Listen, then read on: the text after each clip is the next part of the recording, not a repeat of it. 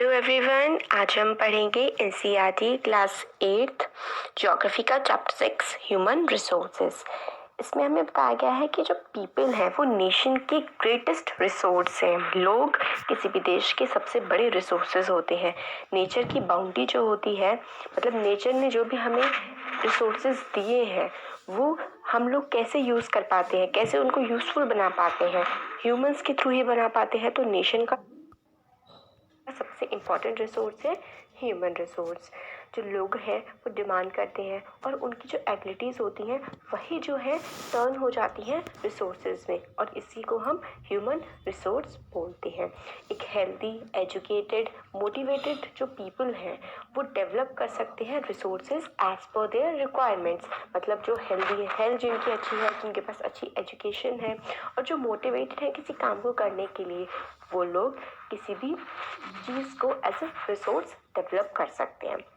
Human resource दूसरे other resources की तरह इक्वली डिस्ट्रीब्यूटेड नहीं है पूरे वर्ल्ड में, और वो डिफ़र करते हैं। एजुकेशन लेवल जो होता है वो सबका अलग होता है, एज अलग होती है, जेंडर अलग होता है, जैसे कि कोई मेल है कोई फीमेल है, और जो उनका नंबर है और उनकी कैरेक्टरिस्टिक्स जो है वो भी कीप ऑन चेंजिंग है।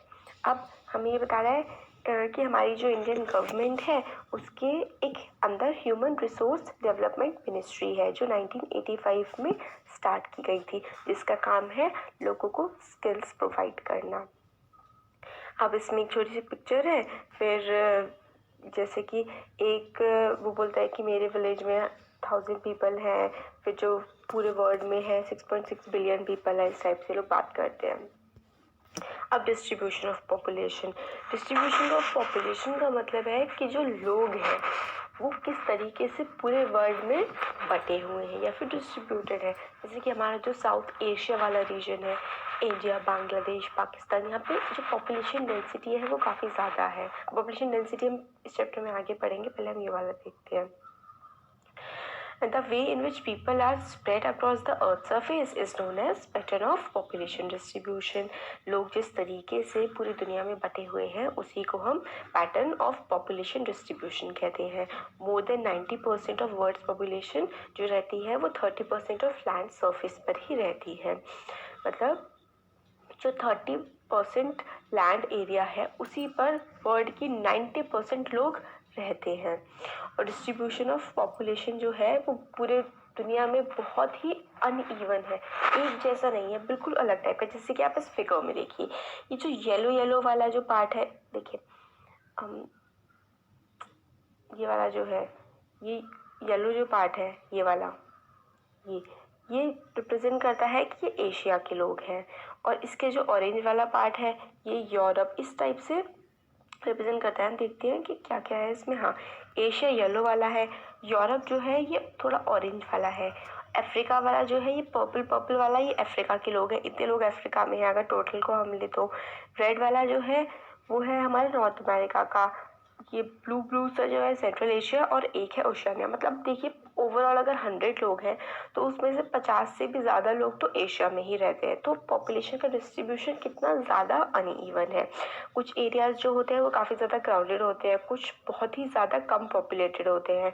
जो क्राउडेड एरियाज़ है वो है साउथ एशिया में, साउथ ईस्ट एशिया, और थोड़ा यूरोप और नॉर्थ ईस्टर्न नॉर्थ अमेरिका में। और बहुत ही कम लोग रहते हैं हाई ऑल्टीट्यूड्स पे, जहाँ पे areas high altitudes areas, tropical deserts होते हैं, रेगिस्तान में कम लोग रहते हैं, हाई माउंटेन्स में और इक्वेटोरियल फॉरेस्ट में कम लोग रहते हैं। तो ये क्वेश्चन आ सकता है कि जो इंसानों की डेंसिटी है, ह्यूमन डेंसिटी जो है वो कहाँ पर सबसे ज़्यादा कहाँ पर होती है और सबसे कम कहाँ पर होती है। तो हमें इसमें सबसे कम बताया गया है कि सबसे कम कहाँ पर होती है, हाई लैटिट्यूडनल एरियाज़ में काफ़ी कम होती है, ट्रॉपिकल डेजर्ट में, हाई माउंटेन्स और एरिया ऑफ इक्वेटोरियल फॉरेस्ट में पॉपुलेशन डेंसिटी लोग काफ़ी ज़्यादा कम रहते हैं। ज़्यादा से ज़्यादा लोग रहते हैं इक्वेटर के नदर्न साइड में, सदर्न साइड में कम रहते हैं। और almost 3/4 of world people live in 2 continents, Asia and Africa.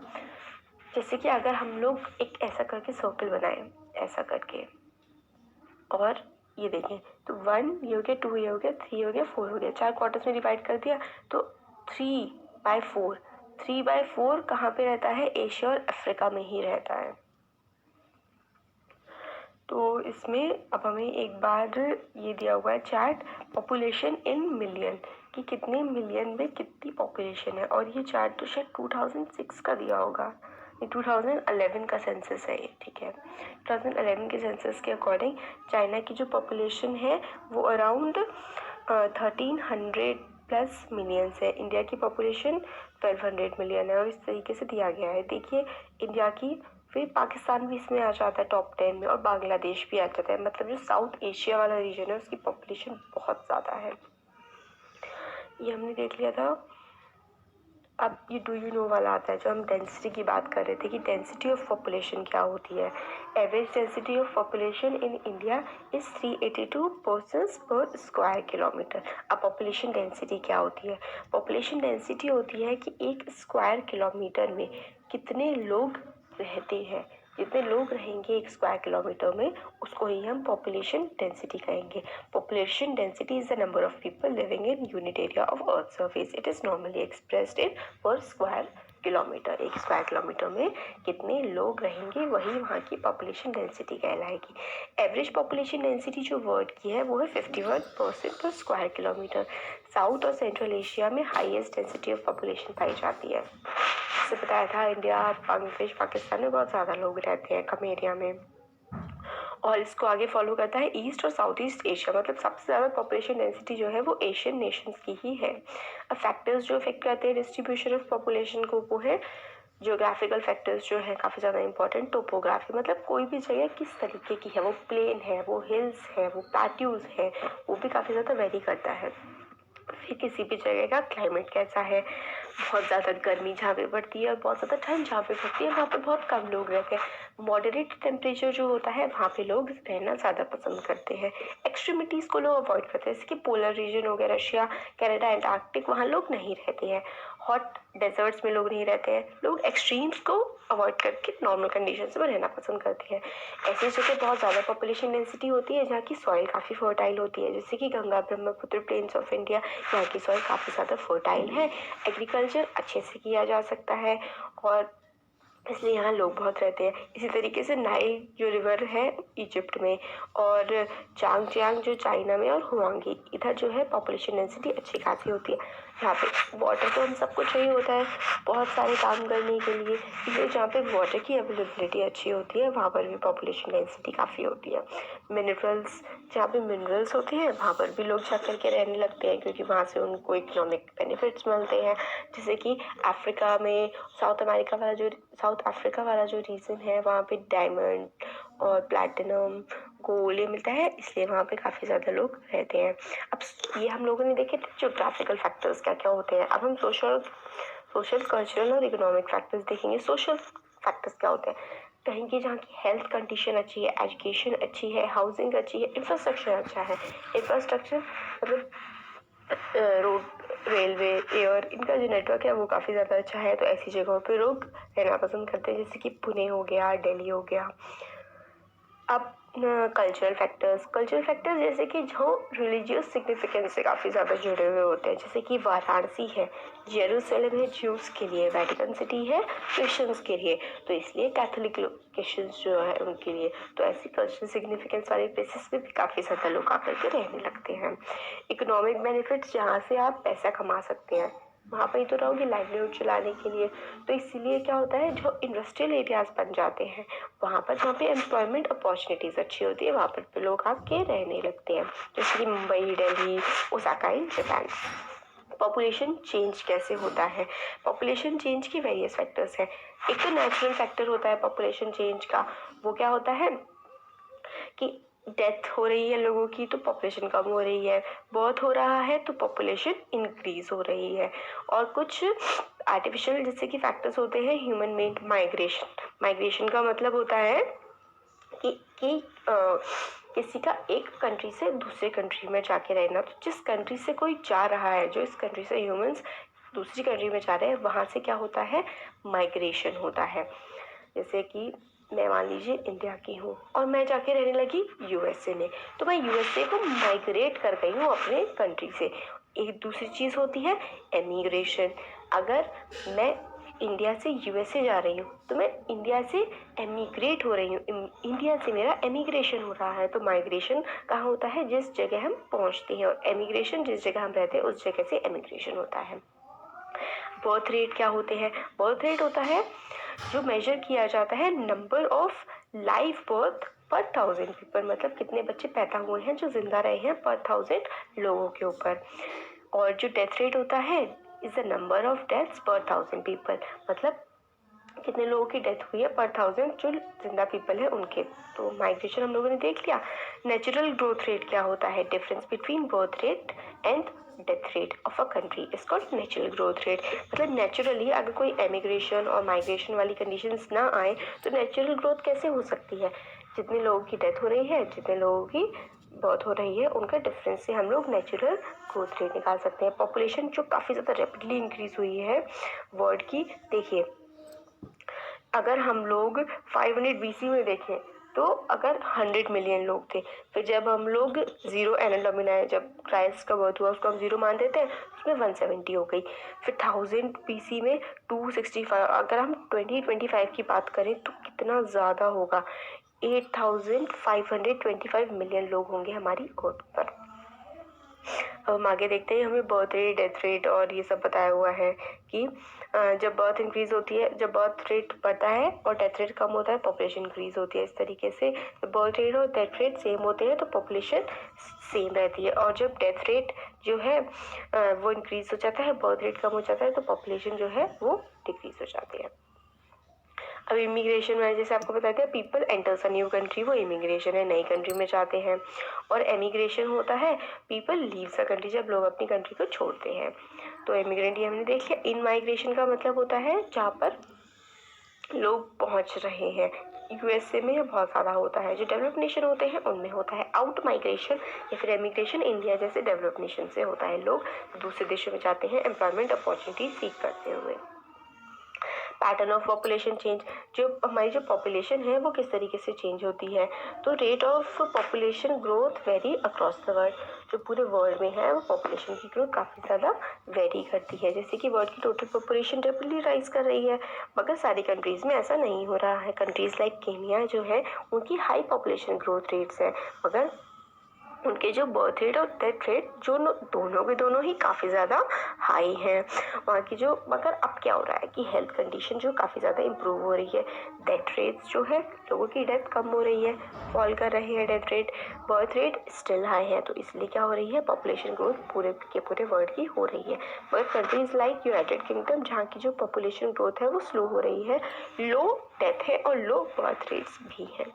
तो इसमें हमें ये जो चार्ट है, ये मैप सा दिखाया गया है, इसमें जिसकी जो very high natural growth rate है वो ज़्यादातर नेशंस अफ्रीका के हैं, और ये हमारा वेस्ट एशिया का सऊदी अरेबिया और ये यमन वाला रीजन है।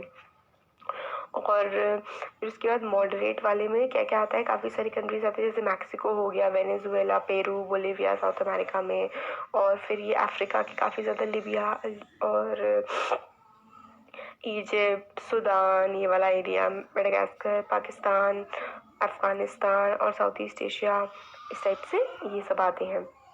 पॉपुलेशन कंपोजिशन कैसा होता है, पॉपुलेशन कंपोजिशन में हमें बताते हैं कि कौन सी कंट्री कितनी क्राउडेड है, वहाँ पे कौन सी एज ग्रुप के लोग रहते हैं। जैसे कि जापान में जो है वो काफ़ी ज़्यादा पॉपुलेशन डेंसिटी है, और बांग्लादेश में भी है, मगर जापान जो है वो काफ़ी ज़्यादा डेवलप्ड है as compare to Bangladesh.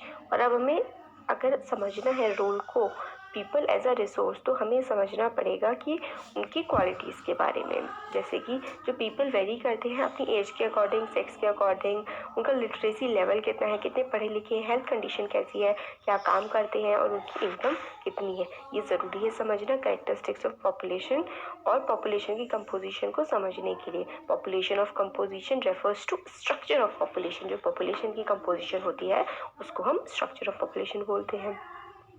Composition जो है पॉपुलेशन की वो हमें हेल्प करती है ये जानने के लिए कि कितने मेल्स और कितने फीमेल्स रहते हैं, और किस एज ग्रुप को वो बिलोंग करते हैं, वो कितने एजुकेटेड हैं, वो कितना क्या ऑक्यूपेशन करते हैं, क्या काम करते हैं, और एम्प्लॉयड है, इनकम क्या है, उनकी हेल्थ की कंपोजिशन क्या है।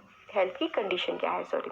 तो पॉपुलेशन कंपोजिशन हमें काफ़ी सारी चीज़ें बताती है, जैसे कि मेल फीमेल कितने हैं, किस एज ग्रुप में है वो, उनकी एज कितनी है, उनका एम्प्लॉयमेंट कैसा है, कितना वो पैसा कमाते हैं, उनकी हेल्थ कैसी है, ये सारी की सारी चीज़ें हमें बताई जाती हैं। अब हमें पॉपुलेशन पिरामिड के बारे में पढ़ेंगे। तो इंटरेस्टिंग वे क्या है population pyramid of a country को जानने की, वो है एज सेक्स पिरामिड, जिसको हम पॉपुलेशन पिरामिड भी कहते हैं। तो जो पॉपुलेशन पिरामिड होता है उसमें जो पॉपुलेशन है वो डिवाइड होती है वेरियस एज ग्रुप्स में, जैसे कि 5 से 9 का एज ग्रुप बना देते हैं, 10 से 14 का बना दिया, 14 से 18 का बना दिया, एंड सो ऑन। तो परसेंटेज ऑफ जो टोटल पॉपुलेशन होती है वो सब डिवाइडेड होती है मेल्स में और फीमेल्स में, जैसे कि ये हमें दिखाया गया है एक पॉपुलेशन पिरामिड, ये जो है हमारा इस पिक्चर में। तो इसमें क्या है, ये देखिए एक साइड जो है, ये एक एक्सिस पे क्या है हमारी एज ग्रुप इन ईयर्स में बताई गई है, दूसरे एक्सिस में क्या है हमें परसेंटेज बताई गई है। एक तरफ मेल है और दूसरी तरफ क्या है फीमेल है। तो एज ग्रुप हमारा 0 से स्टार्ट होकर 85 प्लस तक जा रहा है। Male female percentage of male and female हमें इससे पता लगेगा। तो इसमें स्टार्टिंग में नीचे है कि 0 से 4 वाले में कितने लोग हैं, कितने परसेंट लोग हैं, लगभग 9% है मेल और लगभग 9% ही फीमेल है। फिर आगे कैसे बढ़ते जाते हैं ये हमें बताया गया है। अब जो शेप है पिरामिड का वो हमें काफ़ी सारी चीज़ें बताता है, जैसे कि जो पीपल रह रहे हैं एक पर्टिकुलर कंट्री में उसमें चिल्ड्रन कितने हैं बिलो 15 ईयर्स, वो हमें बताता है। अगर बॉटम बहुत ज़्यादा ब्रॉड होता है इसका मतलब जो बर्थ रेट है वो काफ़ी ज़्यादा हाई है। और अगर जैसे ये वाला जो ये पिरामिड देखिए, ये है पॉपुलेशन पिरामिड ऑफ केन्या का, इसमें बर्थ रेट भी काफ़ी ज़्यादा है, 10% से भी ज़्यादा है मेल और फीमेल दोनों का। और डेथ रेट भी देखिए कितना ज़्यादा नैरो पतला सा हो जा रहा है ऊपर जाके, तो इसका डेथ रेट भी काफ़ी ज़्यादा हाई है। परसेंटेज ऑफ बर्थ भी है और परसेंटेज ऑफ डेथ दोनों काफ़ी ज़्यादा हाई है। तो इस तरह का पॉपुलेशन पिरामिड जो है वो ऐसी कंट्रीज़ में होता है जिनकी डेथ रेट बर्थ रेट दोनों बहुत ज़्यादा हाई होती हैं। और इसमें हमें एज ग्रुप के बारे में पता लगता है और क्या पता लगता है कि मेल और फीमेल कितने हैं और कितनी परसेंटेज है उनकी बर्थ रेट और डेथ रेट की। तो population pyramid of a country in which birth rate and death rates both are high is broader base and rapidly narrows towards the top. ये काफ़ी इंपॉर्टेंट आपसे पूछा जाएगा, ऐसा कौन सा पॉपुलेशन पिरामिड होता है, कौन सी कंट्री का होता है जिसका जो बेस है वो भी ब्रॉड वो काफ़ी ब्रॉड होता है, टॉप काफ़ी ज़्यादा नैरो होता है। आपको ऑप्शन दे देंगे कि developed country, least developed country, developing country, इस टाइप से आपको ऑप्शन दे देंगे तो आपको बताना होगा। तो इस टाइप का जो पिरामिड होता है वो जनरली जो काफ़ी ज़्यादा कम डेवलप्ड नेशंस होते हैं उनको उनमें ये मिलता है। अब हमें इंडिया का पॉपुलेशन पिरामिड दिया गया है, इसमें क्या है कि बर्थ रेट जो है वो ठीक ठाक है, हाई है, और डेथ रेट भी थोड़े लो हो जाते हैं, मतलब काफ़ी कम लोग पहुंच पाते हैं ऊपर वाली एज में, मगर इतना ज़्यादा ना ज़्यादा नैरो है और ना ही ज़्यादा जो है वो ब्रॉड है। तो जो पॉपुलेशन पिरामिड है हमारे इंडिया का उसमें हम लोग देखते हैं, नीचे पढ़कर नीचे जाते हैं, हाँ ये आ गया, जो कंट्रीज़ वेयर डेथ रेट्स ये वाला हमने देख लिया था। तो जो इंडिया का जो पॉपुलेशन पिरामिड है वो हम देखते हैं कि बहुत ज़्यादा ब्रॉड नहीं है और ना ही बहुत ज़्यादा जो उसकी डेथ हो रही है। तो इस टाइप का जो पॉपुलेशन पिरामिड होगा कि लोग जो बच्चे पैदा हो रहे हैं वो आगे जाके सर्वाइव भी कर पा रहे हैं एक अच्छे रेट पे, हेल्दी रेट पे, तो ऐसा पॉपुलेशन पिरामिड डेवलपिंग नेशंस को बिलोंग करता है, इंडिया जैसे डेवलपिंग नेशंस, क्योंकि यहाँ पे जो हेल्थ कंडीशंस है वो काफ़ी ज़्यादा इम्प्रूव हो गई हैं। और जो कंट्रीज़ लाइक जापान है उनका जो बर्थ रेट है वो पिरामिड बर्थ रेट का जो पिरामिड होता है वो नैरो होता है बहुत काफ़ी ज़्यादा, क्योंकि डेवलप्ड नेशन है ये और इसमें बर्थ रेट काफ़ी ज़्यादा कम हो गया है। तो 2% 3% ही बर्थ रेट होता है इनका, और ऊपर भी मतलब काफ़ी हाई एज तक, बूढ़ी एज तक भी लोग पहुंच पाते हैं। तो इनकी जो पॉपुलेशन है वो काफ़ी ज़्यादा बूढ़ी हो रही है। और इंडिया जैसा जो नेशन है जिनका जो बर्थ रेट है वो भी हाई है और डेथ रेट कम है, मतलब ठीक ठाक है, बहुत ज़्यादा कम नहीं है, ज़्यादा नहीं है, तो ऐसी कंट्रीज़ में जो यंग पॉपुलेशन होती है वो काफ़ी ज़्यादा होती है, क्योंकि हेल्थ कंडीशन अच्छी होती है, लोग यंग एज तक काफ़ी पहुंच पाते हैं, इसलिए यहाँ पे यंग पॉपुलेशन काफ़ी ज़्यादा है। तो यहाँ का डेमोग्राफिक डिविडेंड बहुत अच्छा है, मतलब ऐसी एज में लोग काफ़ी ज़्यादा हैं जो लोग काम कर सकते हैं। और इसमें जो जापान में स्किल्ड लोग तो हैं काफ़ी ज़्यादा, मगर जिनकी यंग एज पॉपुलेशन है वो काफ़ी कम है और ओल्ड एज पॉपुलेशन काफ़ी ज़्यादा है। तो इसमें हमें और बताते हैं कि जो अगर यंग एज वाली जो पॉपुलेशन है वो ज़्यादा होती है तो कंट्री को काफ़ी ज़्यादा हेल्प मिलती है अपनी इकोनॉमी को बढ़ाने में। डिपेंडेंट भी देख लेते हैं कि जो डिपेंडेंट वाले होते हैं वो कौन कौन से होते हैं। डिपेंडेंट वाली पॉपुलेशन, एक तो 65 प्लस वाली पॉपुलेशन डिपेंडेंट होती है और 0 से 15 वाली जो पॉपुलेशन होती है वो डिपेंडेंट होती है एज ग्रुप में।